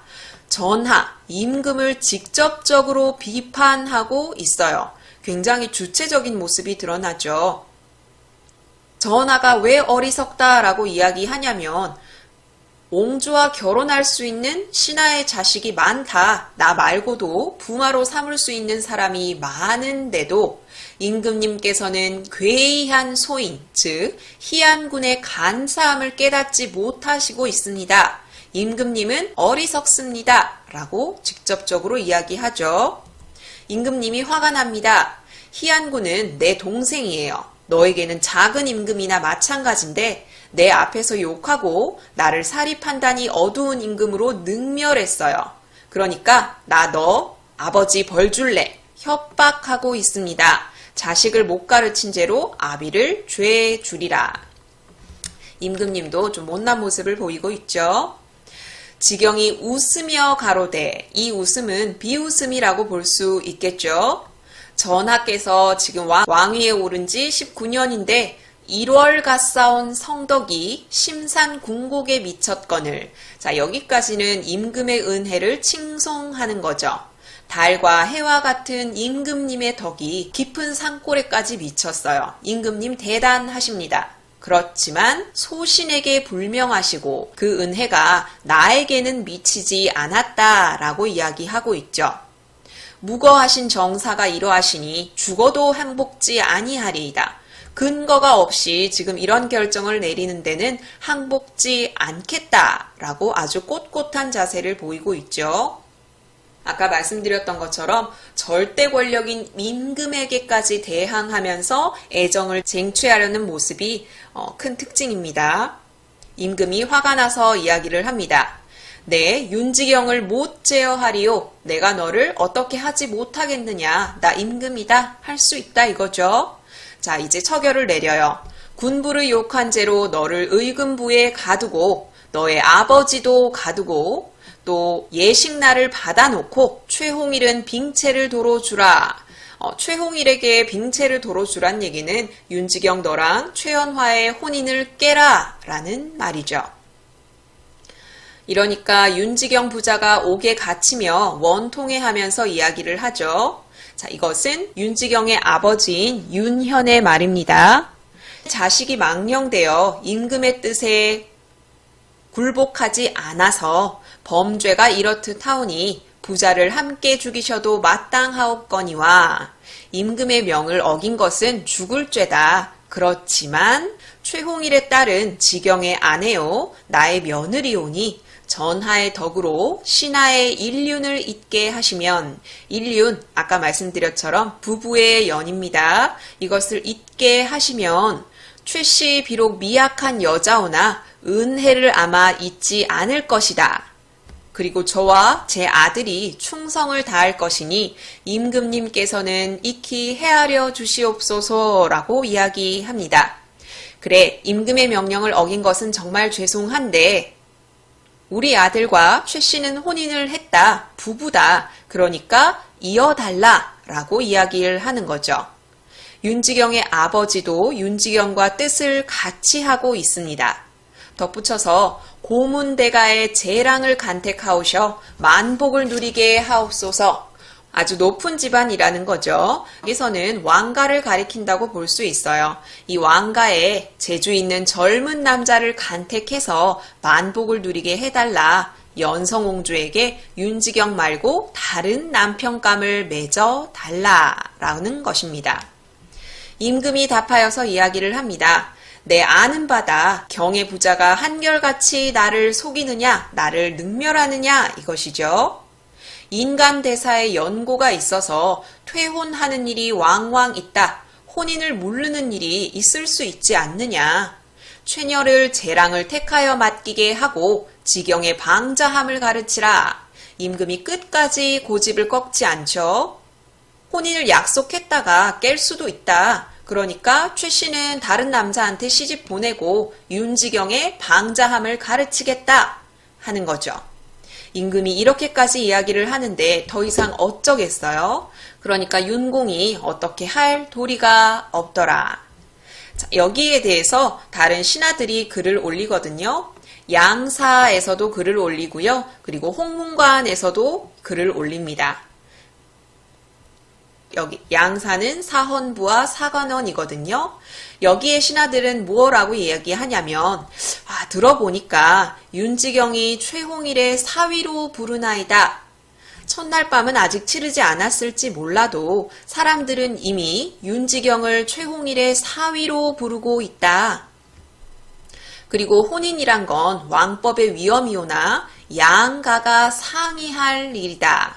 혼인은 양가가 상의해서 결정할 일이 아니온지요. 그러니까 윤현의 부자를 가두시고 퇴채, 빙채를 물리라. 최 씨와 윤지경의 혼인을 깨라라고 명령했죠. 그런 명령이 옳지 아니하나이다 라고 이야기를 합니다. 양사는 임금의 결정이 옳지 않다고 간언하고 있죠. 그랬더니 임금이 어떻게 해요? 양사를 파직했습니다. 굉장히 고집이 세죠. 그래서 홍문관에서 이야기를 합니다. 혼인은 좋은 일인데 신랑과 그 아버지 될 사람을 가두심이 옳지 아니하여이다. 좋은 날 앞두고 있는데 이렇게 신랑과 그리고 왕의 사돈 될 사람을 가두는 건 좀 옳지 않습니다. 라고 둘러서 간을 하죠. 그랬더니 임금이 두 사람을 풀어주라 하셨어요. 그리고 결국 결혼 날짜를 잡고 말았죠. 지경이 분하지만 어쩔 수 없죠. 왕의 명령인데. 임금이 이야기를 하죠. 네가 죄가 중하지만 결혼을 앞두는 좋은 일 전에 내가 관직을 내리겠다라고 이야기를 합니다. 하고 벼슬을 내렸어요. 지경이 어쩔 수 없이 입공하더라. 임금이 벼슬 받아라 하는데 어쩌겠어요. 하루는 최 씨의 집에 들렀습니다. 최 씨네 부모는 마음이 너무 아프죠. 윤지경을 자기의 사위로 알고 있었는데 갑자기 왕이 끼어들어서 자기 사위를 냅다 데려가 버렸어요. 그리고 자기 딸은 규방에 늙기를 청하고 다른 남자에게 시집을 가는 게 아니라 그냥 수절하면서 혼자 늙어 죽겠다라고 이야기를 하니까 얼마나 가슴이 찢어지겠어요. 그런데 도리가 없잖아요. 또한 내 어른 재상으로 군명을 어기리오. 임금님의 명을 어길 수도 없습니다. 여기서의 생은 윤지경이거든요. 그럼 얼굴이나 좀 보게 해주십시오. 불가하지만 네 아내니까 잠깐 보고 가라 하고 윤지경과 최연아를 만나게 합니다. 자, 둘이 만났어요. 자, 부끄러움을 띄어 최 씨를 보니까 말과 얼굴빛이 태연하고 그래서 아는 듯 모르는 듯 합니다. 최 씨가 어떻게 모르겠어요. 다만 최 씨는 윤지경이 걱정할 것을 염려해서 티를 내지 않는 거죠. 그 아리따운 태도가 달 같아서 반가운 정이 일어나고 어진 태도, 이런 약한 기질을 대하니까 윤지경의 마음이 깨어지는 듯 아픕니다. 돌아가기를 잊고 최연하와 계속 같이 있어요. 그러니까 최연하의 아버지가 딸을 들여보내고 윤지경의 손을 잡고 밖으로 나와 타이릅니다. 이 타이르는 내용은 제시되어 있지 않지만 아무래도 임금님의 명이니 내 딸을 잊고 옹주와 혼인하게, 이런 내용이겠죠. 그러니까 윤지경이 돌아와서 병이 났어요. 식음을 전폐했는데 결혼식은 다가오죠. 그래서 옹주를 봤더니 고운 얼굴은 없고 포독하고 인자함이 없음이 외모에 나타나는지라 마음에 안 드는 거죠. 그래서 혼인을 하긴 했는데 첫날 밤을 치르지 않고요. 밤을 새우고 다음날 입궐하여 임금께 문안을 드리니 임금은 또 좋다고 이야기를 합니다. 네 죄가 있기는 한데 이제 자식이 되니 참 어여쁘다. 내 사위가 됐으니까 이제 너 예쁘다 라고 속도 없이 이러고 있죠. 윤지경은 이제 자기 장모도 뵈야겠죠. 연성옹주는 귀인 박씨의 둘째 딸이었어요. 귀빈 박씨는 그 당시에 경빈 박씨라고 볼 수 있거든요.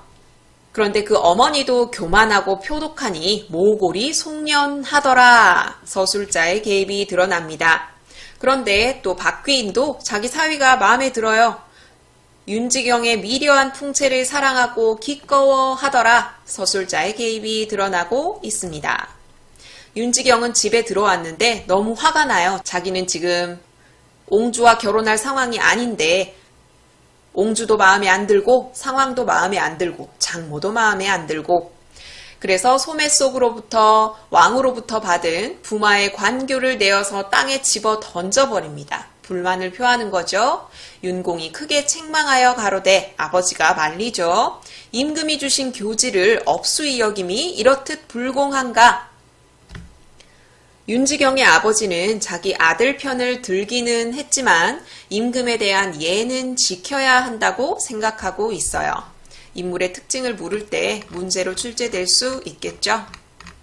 자, 그럼 윤지경전 문제 풀어볼게요. 윤지경전 문제 1번 풀어보려고 하거든요. 윗글에 드러난 갈등 관계에 대한 설명으로 적절하지 않은 걸 찾으셔야 돼요. EBS 사용설명서 내용 반영 문제거든요. 정지 버튼 누르시고 답 찾아보세요. 같이 봅시다. 1번. 윤지경은 최녀에 대한 신의와 정절을 지키고자 임금에 맞서고 있어 갈등을 빚고 있다. 최녀에 대한 신의와 정절을 지킨다는 게 바로 옹주와의 혼사를 거부하는 거죠. 그래서 임금과 갈등을 빚고 있는 것 적절합니다. 2번. 임금은 권위주의적 태도로 윤지경을 부마로 삼으려 하여 갈등을 빚고 있다. 임금은 자기의 권위를 내세워서 때로는 협박까지 하면서 말리는 사람이 있음에도 불구하고 윤지경을 부마로 삼으려고 하고 있죠. 그래서 갈등을 빚고 있습니다. 3번. 윤지경 부자는 윤지경의 혼사 문제로 임금 및 희안군과 갈등을 빚고 있다. 윤지경 부자 그리고 임금 및 희양군, 이 둘은 지금 혼사 문제로 갈등을 빚고 있는 게 맞죠? 최 씨와 혼인했다. 옹주와 혼인할 수 없다. 혼인은 깨칠 수 있다. 옹주와 혼인해라. 4번. 희안군은 윤지경에게 구혼했다가 거절한 후 임금에게 윤지경을 부마로 삼을 것을 청하여 갈등을 빚고 있다. 바로 옆에 나와 있죠? 여기 희안군이 나한테 구혼했다가 거절당한 일로 앙심을 품고 전하에게 나를 추천했다라고 이야기를 하죠. 여기서 짐작할 수 있습니다. 그럼 답은 5번인데 5번 어디가 틀렸는지, 윤현은 아들의 생각에 동의하여 임금에 대한 예를 어겨서까지 일륜을 지키고자 하여 갈등을 빚고 있다.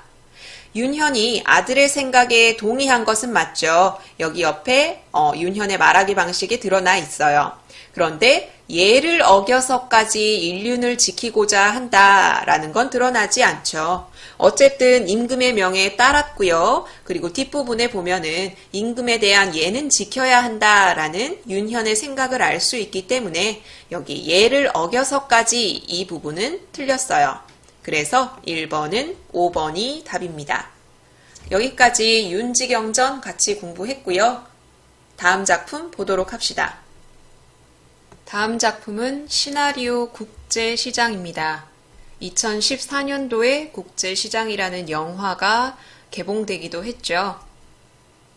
1950년대 6.25 전쟁을 시작으로 해서 주인공이 유년기, 청년기를 거치고 마지막 노년기에 이르기까지 인물의 일생을 보여주는 시나리오입니다. 이 글의 주인공은 덕수인데요. 덕수는 특별한 인물이라기보다는 힘겨운 역사적 상황을 살아갔던 평범한 인물이거든요. 이 인물의 생을 통해서 한국의 역사적 상황, 그리고 각 인물들이 느끼는 사랑, 비애, 이런 것들을 드러내고 있는 시나리오입니다. 그럼 국제시장의 전체적인 내용을 먼저 살펴보고 지문을 보도록 할게요. 흥남 철수 과정에서, 흥남은 함경남도 지금의 북쪽에 있는 도시죠. 이 흥남 철수 과정은 6.25 전쟁 중에 유엔군과 국군이 전투에서 피해를 입고 원산이라는 지역이 북한군에게 넘어가면서 급하게 남쪽으로 후퇴한 일이에요. 이렇게 군사들이 후퇴하면서 그곳에 몰려든 10만여 명의 주민들을 같이 데리고 남쪽으로 오게 되거든요. 이 시나리오는 이러한 역사적 상황을 배경으로 합니다. 수능완성 교재 앞부분에 실린 그 부분이 바로 이 흥남 철수 과정이라고 생각하시면 돼요. 10만 명에 가까운 피란민들이 어떻게든 배를 타고 남쪽으로 건너가고자 하는 매우 혼란스러운 상황을 생각하시면 돼요. 피란 과정에서 가족들이 이산되는 경우가 많죠. 흥남 철수 과정에서 아버지와 막내 동생을 잃어버린 덕수가 바로 이 시나리오의 주인공입니다. 이때 덕수는 어린 덕수죠. 덕수는 어머니 동생들과 함께 피란해서 부산에 터를 잡습니다. 부산에서 성장한 덕수는 동생의 대학 진학을 위해 파독 광부로 떠나고 독일에 파견되는 우리나라 광부죠. 이 당시에 여자들은 독일의 간호사로 그리고 남자들은 독일의 광부로 파견되는 일이 있었는데 굉장히 고생을 많이 했다고 해요. 여기서 돈을 벌어서 한국으로 붙이면 그 돈을 가지고 가족들이 사는 거죠. 그리고 그곳에서 만난 파독 간호사 영자와 사랑에 빠지게 됩니다. 광부로 일했다고 했죠. 그 광부로 일하는 갱에서 매몰 사고로 죽을 뻔했다가 목숨을 건진 덕수. 이 덕수는 한국으로 돌아오게 되고요. 자신을 찾아온 영자와 결혼을 하게 됩니다. 영자가 임신을 했거든요. 덕수는 아버지가 만나자고 했던 약속 장소인 꽃분이네를 지키기 위해 이 꽃분이네는 덕수의 고모가 운영하고 있는 가게인데 이 가게를 지키기 위해서 빚을 내가면서 가게를 인수하고요. 그 빚을 갚기 위해 전쟁이 벌어지는 베트남으로 가서 일을 하게 됩니다. 그 과정에서 총에 맞아 부상을 당하면서 한국으로 돌아오게 돼요. 파독 광부로 떠나기도 하고 전쟁이 벌어지는 베트남으로 떠나기도 하고 가족들을 먹여 살리기 위해서 굉장히 고생을 하고 있죠. 그 후 이산가족 찾기 방송을 통해 잃어버렸던 막내 동생을 만나게 되고 피란 오면서 막내 동생을 잃어버렸다고 했죠. 그 막내 동생이 다행히 죽지 않고 외국에서 입양되어 살고 있었거든요. 이 막순이와 만나게 되고 무척이나 힘들었지만 아버지와의 약속을 지키고 가족들을 위해 노력했다고 하며 자신의 속마음을 드러냅니다. 이 장면도 수능 완성에 제시되어 있죠. 이후 덕수는 아버지가 나이가 많이 드셔서 오시지 못할 것 같다고 하며 꽃분이네를 정리한다. 가족들이 중간중간에 꽃분이네 가게를 왜 정리하지 않는지 답답해 하거든요. 덕수가 말은 하지 않고 있었지만 이 마지막 장면을 통해서 혹시 아버지가 살아계셔서 남쪽으로 오면 꽃분이네로 오실까 싶어서 그렇게라도 아버지를 만날 수 있을까 싶어서 꽃분이네를 정리하지 않고 있었다는 것이 드러납니다. 덕수라는 인물의 인생사를 통해서 격변했던 한국의 현대사를 알 수 있죠. 자, 그럼 지문 보도록 합시다. 가나 다로 나뉘어 있는데 가는 어린 시절의 덕수의 모습을, 그리고 나는 배경이 베트남이죠. 청년 시절 덕수의 모습을, 다는 배경이 덕수네 집이거든요. 노인 덕수의 모습을 보여줍니다.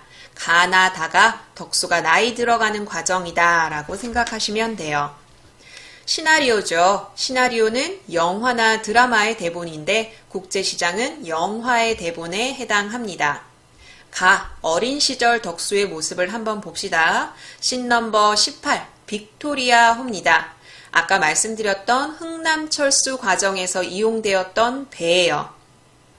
군인들이 철수하면서 피란민도 같이 싣고 떠났던 역사적인 배경을 바탕으로 합니다. 엎혀있는 막순, 돌아보는 덕수. 덕수는 이 집안의 장남이거든요. 그래도 아직 애예요. 요즘으로 치면 초등학교 한 2학년 정도? 덕수가 장남이고요. 그 밑에 남동생이 있고 여동생 둘이 있는데 남동생은 아버지가, 그 중간 여동생은 어머니가, 그래서 막내 동생은 여기 장남인 덕수가 데리고 가고 있어요. 굉장히 혼란스러운 상황입니다. 손을 놓쳐서 뿔뿔이 흩어지기 딱 좋은 상황이에요. 덕수가 이야기합니다. 정신 똑똑히 차리라. 여가 운동장 아니다. 놀러 가는 게 아니다. 오라바이 손 꽉 잡으라. 함경남도 사투리를 쓰고 있죠. 급박한 피란 상황에 혹시나 막내 동생 막순이를 놓칠까봐 단단히 단속하는 장면입니다. 막순 손 꽉 잡고 그물 사다리를 오르는 덕수. 지금 큰 배에 오르고 있는 상황이라고 생각하시면 돼요. 여기 그물 사다리가 밧줄처럼 이렇게 있고요. 사람들이 전부 여기 매달려서 배 위로 올라가려고 하고 있어요. 이 배에 올라타야 남쪽으로 피란 갈 수가 있는 거죠. 그런데 그때 막순의 등을 잡아 끄는 누군가의 손, 막순이를 끌어내리려고 한 것은 아니고요. 아까 그렸던 그물 사다리를 올라가려고 애를 쓰다 보니까 누군가를 끌어내리게 된 거예요. 그래서 막순이가 떨어지게 되는 거죠. 덕수가 잡고 있던 막순의 소매춤이 찢어집니다. 덕수 등에서 떨어지는 막순, 찢어진 막순 소매춤. 찢어진 막순의 소매춤은 시나리오에서 클로즈업을 사용해서 보여줄 수 있죠. 화면 가득히 여기 덕수의 손과 덕수가 잡고 있는 찢어진 막순의 소매춤을 보여주면 막순과 덕수가 지금 헤어졌구나 라는 상황을 확실하게 전달할 수 있겠죠. 막순의 소매춤을 보고 놀라 난간으로 가는 덕수. 지금 덕수는 배 위에 올라간 상황이거든요. 올라가서 보니까 막순이가 없고 막순이 소매춤만 있는 거예요.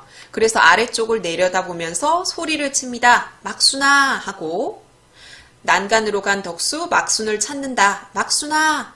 덕수에게 가는 덕수부. 지금 막순이를 제외하고는 모든 가족들이 배 위에 올라온 상황이거든요. 어린 덕수 VO라고 제시되어 있습니다. 수능 완성에 실린 교재에 VO가 굉장히 다양하게 쓰이고 있기 때문에 이게 무엇인지 카메라에 어떻게 잡아야 되는지 확실히 아셔야 돼요. 보이스 오버의 줄임말인데 인물은 화면에 보이지 않고 인물의 대사만 소리로 제시되는 거예요. VO가 붙어있는 대사는 소리만 제시되고요. 이 대사를 하는 인물은 카메라에 잡히지 않아야 합니다. 그러니까 막순아 막순아 하는 소리만 나오고 덕수가 아닌 다른 사람 혹은 다른 상황이 카메라에 잡혀야 하는 거죠. 덕수 아빠가 옵니다. 승규 좀 받으소. 승규는 덕수의 남동생이에요. 이제 덕수를 찾죠. 빅토리아 호 밑에 전마선.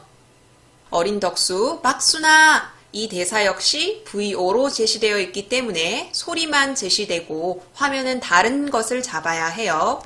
덕수 아버지가 옵니다. 막순아, 막순아, 네 어째기니? 왜 그러니? 라고 묻죠. 내 막순이 잃어버렸습니다. 잃어버렸다고 얘기를 하고요. 덕수부가 놀라게 됩니다. 내 가서 막순이 데리고 오겠습니다. 자기가 막순이를 책임지겠다 이거죠. 그랬더니 덕수 아버지가 덕수 보고 엄마한테 가라. 막순이는 자기가 찾겠다 라고 이야기하고요. 그랬는데도 덕수가 내도 같이 가겠습니다 라고 얘기하죠. 책임감 있고 적극적인 어린 덕수의 모습이 드러납니다.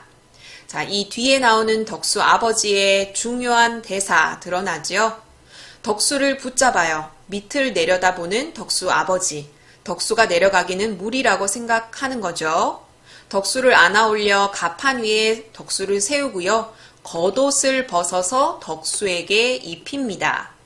직접적으로 등장하진 않지만 이 뒤에 제시되는 덕수 아버지의 대사를 볼 때 지금 겉옷을 덕수에게 입히는 것은 덕수 아버지가 지금 이대로 배 밑으로 내려가면 어쩌면 다시는 덕수를 못 볼 수도 있겠다라고 짐작하고 있다는 걸 드러내요.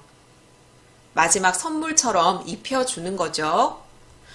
명심해 들으라. 내 없으면 장남인 네가 가장인 것 알제야.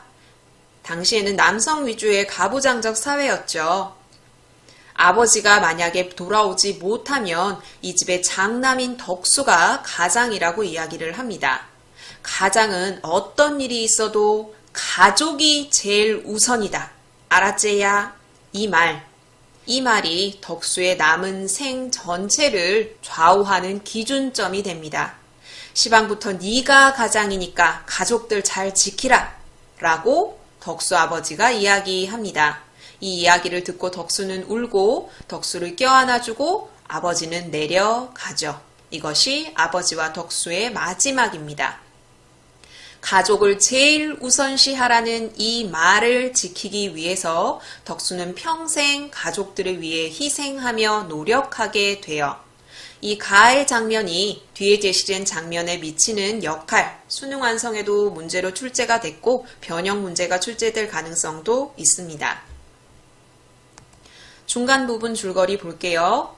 한국 전쟁 중 피란길에 올랐던 덕수 가족은 피란 중에 잃어버린 막순을 찾으려던 아버지와도 헤어지게 되고 아버지는 결국 돌아올 수 없게 되거든요. 남은 가족끼리 부산으로 피란을 오게 됩니다. 이 부산은 덕수의 고모가 운영하는 아까 보았던 꽃분이네 가게예요. 작은 국제시장에 있는 가게거든요. 가족들을 잘 돌보라는 아버지의 부탁을 잊지 않고 가족들을 돌보기 위해 갖은 일을 하던 덕수. 줄거리에서 보았던 것처럼 독일의 광부로 파견이 되어서 고된 일을 하고 죽을 고비를 넘기면서 돈을 붙이고요. 그 덕에 덕수네가 번 듯한 집을 갖게 되고 동생도 공부할 수 있게 됩니다. 그리고 고모가 갖고 있었던 꽃분이네라는 가게를 지키고 끝순이의 결혼 자금도 마련하기 위해서 또 전쟁 중인 위험한 베트남으로 일을 하러 갑니다. 이 중간에 덕수도 선장이 되고 싶다는 꿈을 꾸고 노력도 하거든요. 그런데 이 꿈을 다 접고 오로지 가족들을 위해서 꿈을 포기하고 베트남으로 가는 거예요. 그리고 전쟁 상황에 휘말리게 됩니다. 군인으로 간 건 아니고요. 일을 하러 간 거예요. 나 제시가 되죠. 씬 넘버 91이고요. 청년 덕수가 나옵니다. 베트남의 작은 마을 가니 선착장을 배경으로 합니다. 직원 1이 베트남 사람들의 말을 통역해주고 있어요.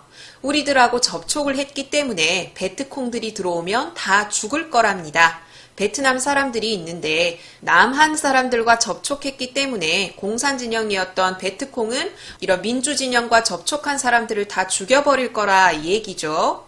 베트남 할머니 VO가 제시되었기 때문에 할머니의 이 대사는 소리만 제시되고 화면은 베트남 할머니를 잡으면 안 되겠죠. 아이들만이라도 데려가 달라라고 이야기를 합니다. 그리고 아이들을 앞으로 세워서 보여주죠. 자기들이 안 된다면 아이들만이라도 같이 데려가 달랍니다. 역시 통역을 해서 제시를 합니다. 거기에 덕수가 있는데 베트남 남매를 덕수가 바라보고 있습니다. 덕수가 이 베트남 남매를 보면서 누구를 떠올렸겠어요? 바로 가에 제시되었던 어린 시절 피란길에 올렸던 자기와 막순을 떠올리게 되겠죠. 직원이 이야기합니다. 안 됩니다. 우리 탈 자리도 없습니다. 지금 덕수 일행은 짐을 싣고 이 베트남 마을을 떠나려고 하고 있거든요. 곧 있으면 베트콩이 쳐들어올 테니까요. 그런데 그 다음에 점프가 제시가 되죠. 이 점프도 확실히 알아두세요. 앞의 장면과 뒤의 장면을 끊는 역할을 하는데 겉으로 보기엔 부자연스러운 절단으로 보여요. 아예 중간 과정을 생략해 버리거든요. 앞의 장면, 뒤의 장면을 통해서 무슨 장면이 생략됐는지 짐작할 수 있는 거죠. 생략했다는 건 이 부분이 중요하지 않다는 의미겠죠. 자, 직원 2가 우리 탈 자리도 없다. 베트남 주민들을 태울 수 없다. 라고 이야기를 했는데 화면이 확 바뀌니까 덕수와 대한상사 직원들이 배에서 짐을 내리고 있습니다. 이 말은 뭐죠? 짐을 내리고 그 자리에 베트남 주민들을 태우겠다는 뜻이죠. 그럼 이 점프 장면에서는 무엇이 생략되어 있을까요? 바로 덕수가 베트남 주민들을 태우는 걸 반대하는 직원들을 설득하는 장면이 생략되었겠죠? 이 내용을 묻는 문제가 출제될 수 있습니다. 달구가 등장하거든요. 달구는 덕수가 어린 시절부터 사귄 친구예요. 단짝이고 파독 광부로도 같이 나갔고요. 이 베트남도 같이 오게 된 거예요. 야, 뭐하노? 니는 같이 안 도와주고. 달구가 이야기하죠. 알았다. 좀 가 있어라. 아, 갈게. 이랬더니 베트남 여자가 베트남어로 감사하다고 말을 하고 있죠. 이 베트남 여자 나중에 달구랑 결혼하게 됩니다. 그리고 또 점프를 합니다. 그럼 앞의 상황, 배에서 짐을 내리는 상황이고요. 뒤의 상황을 보니까 배에 오르는 월남인들, 베트남 사람들이 배에 타고 있어요. 그러니까 이 점프 장면에서는 배에서 짐을 내리는 그런 상황이 생략되었다고 볼 수 있죠. 천천히 지금 베트남인들이 배에 타고 있죠.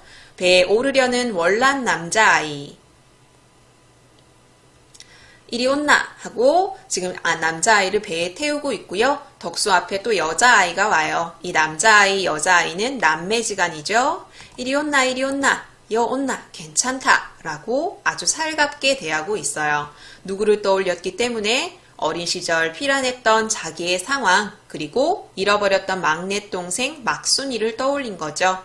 이렇게 친절하게 대하니까 무슨 말인지는 몰라도 여자아이가 웃죠. 자, 이렇게 여자아이가 건너려는 찰나 월남인들이 총에 맞는 상황이 짜잔 하고 등장을 합니다. 베트콩들이 쳐들어와서 총을 쏴대기 시작한 거죠. 하필 그때 배로 건너려던 월남 여자아이가 총을 맞고 강으로 떨어집니다. 굉장히 위급한 상황이죠. 월남 여자아이는 오빠를 찾고 월남 여자아이는 물에 빠진 채로 오빠를 찾고요. 오빠는 또 동생을 안타깝게 부릅니다. 이런 상황이 계속되죠. 자, 여자아이는 계속 허우적대고 있고 월남 남자아이를 덕수가 잡아 끕니다. 남자아이가 여동생한테 가려고 하는 거예요. 배 뒷머리에 월남 남자아이가 가 있어요. 거기를 덕수가 따라가죠.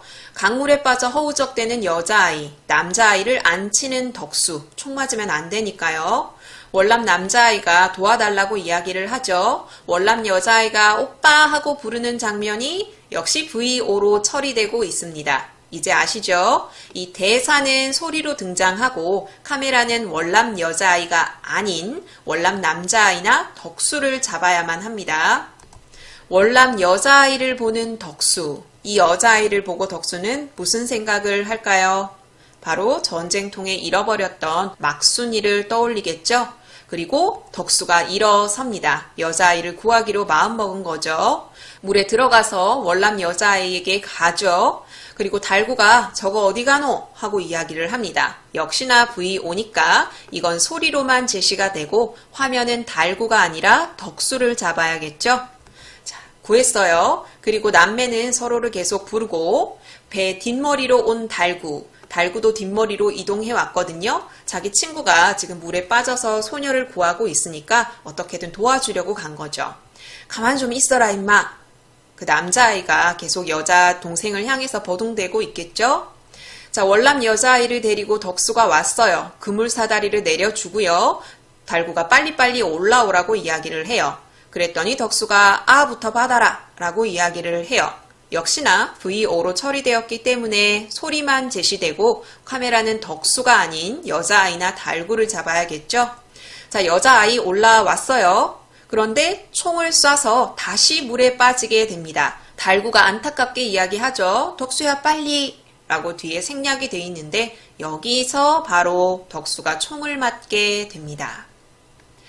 그리고 다 장면으로 넘어가죠. 이제 노인 덕수예요. 국제시장 영화의 끝부분이거든요. 덕수의 집, 작은 방입니다. 방에 앉아 아버지 사진을 보는 덕수, 아버지에 대한 그리움이 드러나요. 이 작은 방에는 지금 노인 덕수 혼자 앉아 있거든요. 서연은 누구냐면 덕수의 손녀예요.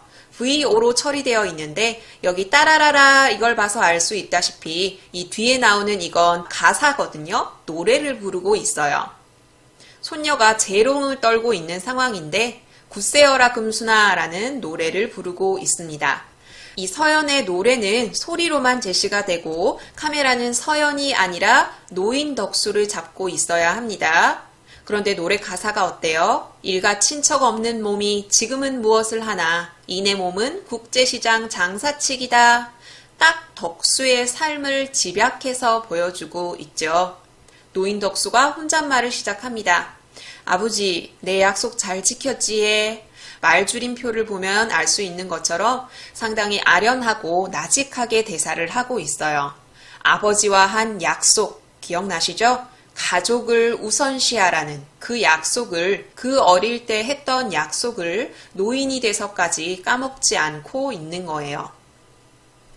아버지와의 그 약속이 덕수 인생 전체를 좌지우지했다고 볼 수 있죠.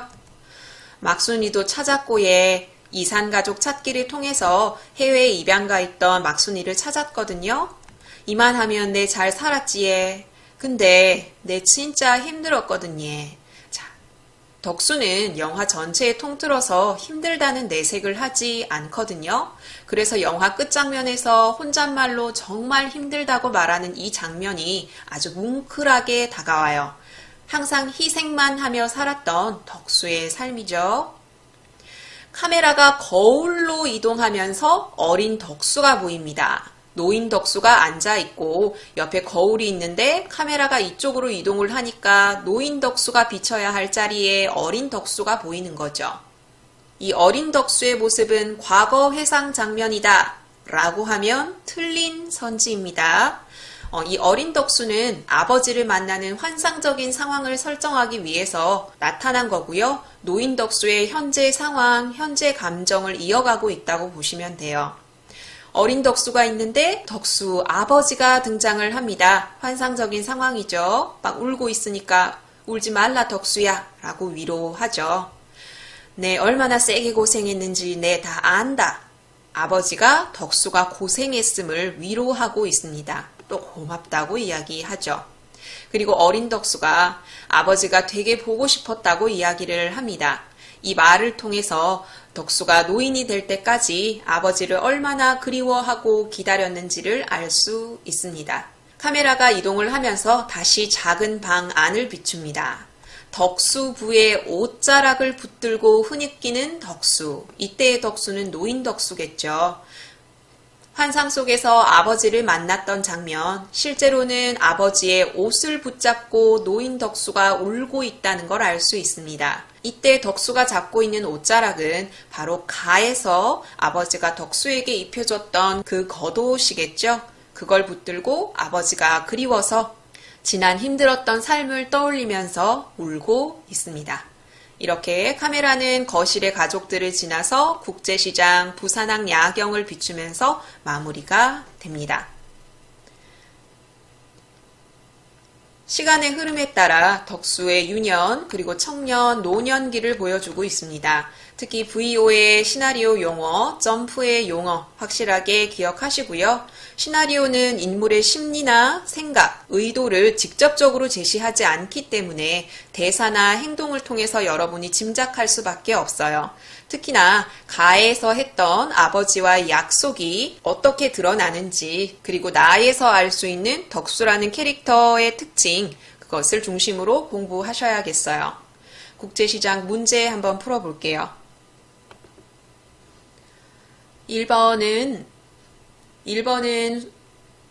1번 풀어보려고 하는데 수능 완성 교재 변형 문제거든요. 윗글을 이해한 내용으로 가장 적절한 걸 찾으셔야 합니다. 정지 버튼 누르시고 답 찾아보세요. 같이 봅시다.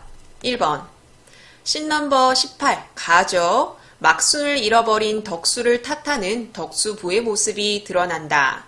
막순이를 잃어버렸다 라는 대사 뒤에 덕수부의 반응 어때요? 막순이 잃어버렸습니다 라고 하니까 뭐시기? 하고 놀라는 장면.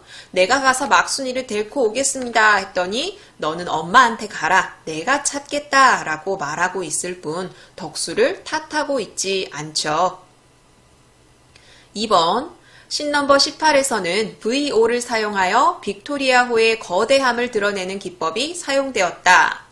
씬 넘버 18에 나오는 VO는 바로 어린 덕수가 막순아 하고 막순이를 찾는 장면밖에 없거든요.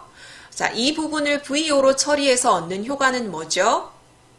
인물의 목소리를 통해서 상황의 긴장감을 조성하는 역할을 할 수 있어요. 그런데 빅토리아호의 거대함을 드러내는 기법에 사용되었다라고 나오죠. 적절하지 않습니다. 3번 씬 넘버 91에서는 베트남 마을 사람과 한국 직원의 첨예한 대립이 드러난다. 아이들만이라도 데려가 달라는 할머니 그리고 직원이 약간의 갈등 상황을 보이고 있는데 뒤에 점프를 통해서 이 상황이 금방 해결되는 모습을 보이고요. 그리고 지금 이 상황을 첨예한 갈등이라고 보기는 어렵죠. 4번 씬 넘버 91에서 드러난 인물 관계가 씬 넘버 115에도 드러나 있다. 여기 씬 넘버 91에는 직원, 덕수, 그리고 덕수의 친구 달구, 그리고 베트남 사람들, 그리고 직원이 드러나는데 씬 넘버 115에는 인물 간의 관계가 드러나지 않죠. 노인 덕수의 모습만 드러나 있어요. 그래서 4번도 틀렸어요. 정답은 5번인데 5번 어떻게 맞는지 한번 보도록 합시다. 씬 넘버 115에는 VO를 사용하여 덕수의 삶을 압축적으로 제시하고 있다. 씬 넘버 115에 VO는 여기 사용되었거든요. 서연이가 부르는 노래 가사. 이 노래 가사는 덕수의 일생을 압축적으로 제시하고 있다고 말씀드렸죠. 그래서 1번에 5번이 가장 적절합니다. 자, 여기까지 국제시장 같이 살펴봤고요. 여기까지 수능완성 실전 모의고사 1회 작품을 같이 공부해 봤고요. 다음 영상에서 실전 모의고사 2회 작품 같이 공부해 봅시다. 이 모든 자료는 나무 아카데미 홈페이지에서 이용하실 수 있습니다. 구독 버튼 누르시면 나무 아카데미에서 더 많은 제공받으실 수 있습니다.